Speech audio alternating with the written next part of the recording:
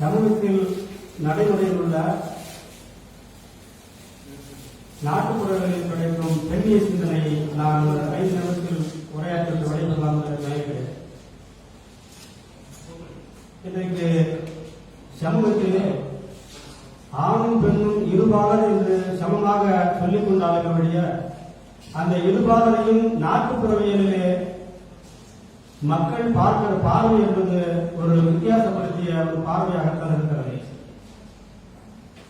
நாளும் பொழுதும் நலிந்தோருக்கு இல்லை, ஞாயிற்றுக்கிழமையும் பெண்களுக்கு இல்லை என்று ஒரு பழமொழி இன்றைக்கும் நாட்டுப்புறங்களிலே சொல்வதை நாம் கேள்விப்பட்டிருக்கிறோம்.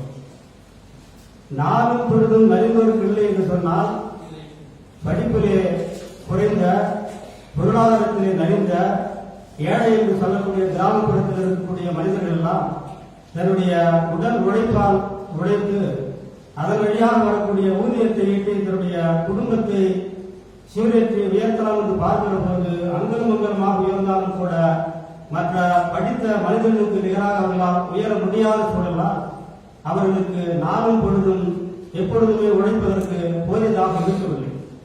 அப்படி நலிந்தவர்களுக்கே இது மிக கொடுமையாக இருக்கிற போது பெண்களுக்கு எப்படி இருக்கிறது என்று சொல்லுகிற போது பெண்களுக்கு ஞாயிற்றுக்கிழமையும் விடுமுறை இல்லை என்று அந்த பழமொழி சொல்கிறது. நம்முடைய வீட்டிலே நம்முடைய தாயானவர் தந்தை எழுவதற்கு முன்பாகவே அருணோதய பொழுது என்று சொல்லுகிறோமே, சூரியன் உதிப்பதற்கு முன்னால் ஏறத்தாழ 3 மணி என்று சொல்லுவார். 3 மணியிலிருந்து 4 மணிக்குள்ளாக இருந்து தன்னுடைய பிள்ளைகளுக்கு தன்னுடைய கணவனுக்கு தேநீர் போட்டு கொடுப்பார். அதற்கடுத்து சமைக்கிற அந்த பணியை செய்து உணவை சமைப்பார்கள். அதற்கடுத்து அந்த குடும்பத்தில் இருக்கக்கூடிய உறவர்களுடைய அந்த துணிகளை எல்லாம் துவைப்பார். அடுத்து இல்லாத என்ற ஒரு பட்டத்தை நாம் சூட்டி அவளை ஒடுக்குமுறைக்கு உள்ளாக்கப்பட்டிருக்கிறோமே, அந்த வீட்டை சுத்தம் செய்வது, அந்த வீட்டை பாதுகாப்பது என்ற அந்த பணியிலே அவள் தொடர்ந்து ஈடுபடுகிற போது அவனுக்கு ஞாயிற்றுக்கிழமையும் ஓய்வில்லை என்று அந்த சமூகத்திலே நிலவக்கூடிய நாட்டுப்புறவிலே வருகிற அந்த பழமொழி சொல்கிறது. ஆக பெண்களுக்கு எந்த வகையிலுமே ஒரு நிம்மதி இல்லை என்பதை அந்த பழமொழி மூலமாக நாம் தெரிந்து கொள்கிறோம். அடுத்ததாக 5 பெண் பிள்ளைகளை பெற்றவன் ஆண்டிக்கு சமம் என்று ஒரு பழமொழி இருக்கிறது.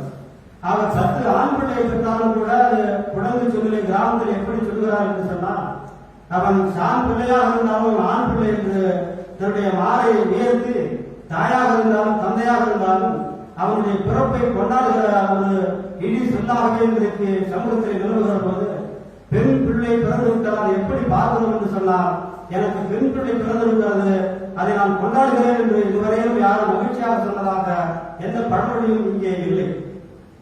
ஒரு பெண் பிறந்து விட்டால் அதற்கு அடுத்து தொடர்ந்து பெண் குழந்தைகள் பிறந்து விட்டால் உனக்கு பொம்பளை பிள்ளையா பார்த்து இருக்கு, எல்லாம் ஒரு பிரச்சனை பார்த்து நம்ம மனசு தேர்ந்து நவீன நாயகம் என்ன சொல்றாரு திருக்குறாங்கன்னா, 2 பெண் பிள்ளைகளோடு வாழக்கூடிய அந்த குடும்பத்தில் அந்த குடும்பம் எப்படிப்பட்ட குடும்பமாக இருக்கிறது என்று சொன்னால், 2 பெண் பிள்ளைகளோடு இருக்கிற அந்த குடும்பம் உள்ளபடியே அந்த குடும்பம் சொர்க்கத்தில் வாழ்கிறது என்று நவீன நாயகம் சொல்கிறார்.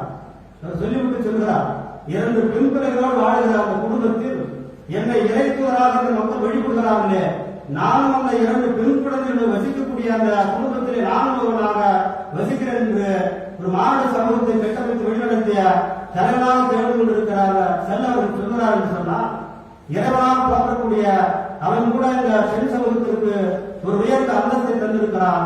இன்றைக்கு யாரும் அதுக்கு அப்படி ஒரு அந்தஸ்தை தரவில்லை என்று இந்த நாட்டுப்புற சமூகத்திலே நாம் பெண்களை பற்றி தகவலை சேகரிக்கிற போது இப்படி இருந்தது.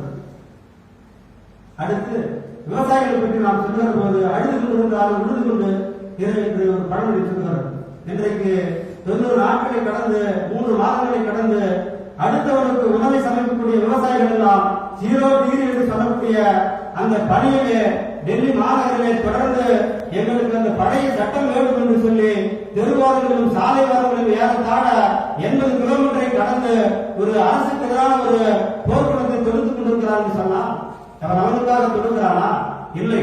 நீயும் நானும் 3 வேளை நம்முடைய அடுப்பிலே எரிகிற அந்த அடுப்பிலிருந்து உணவை சமைப்பதற்காக அவன் வயலிலே இறங்கி விடுகிறானே, அப்படி நான் என்னுடைய பணியை செய்ய வேண்டும், தொடர்ந்து செய்வதற்காக அந்த பழைய சட்டங்களை அப்படியே விட்டுக் கொள்ளுங்கள், சட்டங்கள் எதுவும் எங்களை செய்யாது. நாங்கள் தொடர்ந்து உழைக்க செல்ல வேண்டும்.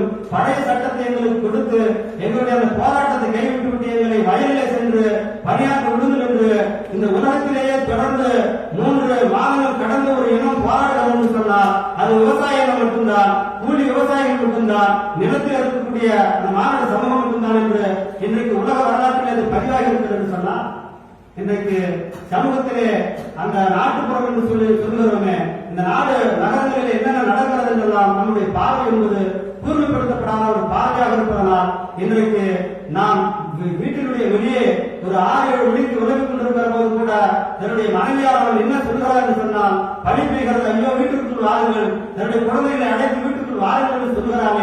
ஆனால் ஒரே ஒரு மனிதன் கூட அந்த சாலையில் வரை உணவு இல்லாமல், உறக்கம் இல்லாமல், போராட்டத்திற்காக வெற்றி கிடைக்காமல் தொடர்ந்து 3 ஆண்டுகளாக அங்கே கிடந்து 80க்கும் மேற்பட்ட இன்னுயிர்களை இழந்த பிறகும் கூட தன்னுடைய போராட்டத்திற்கு ஒரு விடுதலை கிடைக்குமா என்று போராடிக் கொண்டிருக்கிற அந்த மாநில சமூகம், விவசாய சமூகம் விடுதலை பெற வேண்டும் என்று கூறிக்கொண்டு இந்த நல்வாய்ப்பிற்கு நன்றி விடைபெறுகிறேன். நன்றி, வணக்கம்.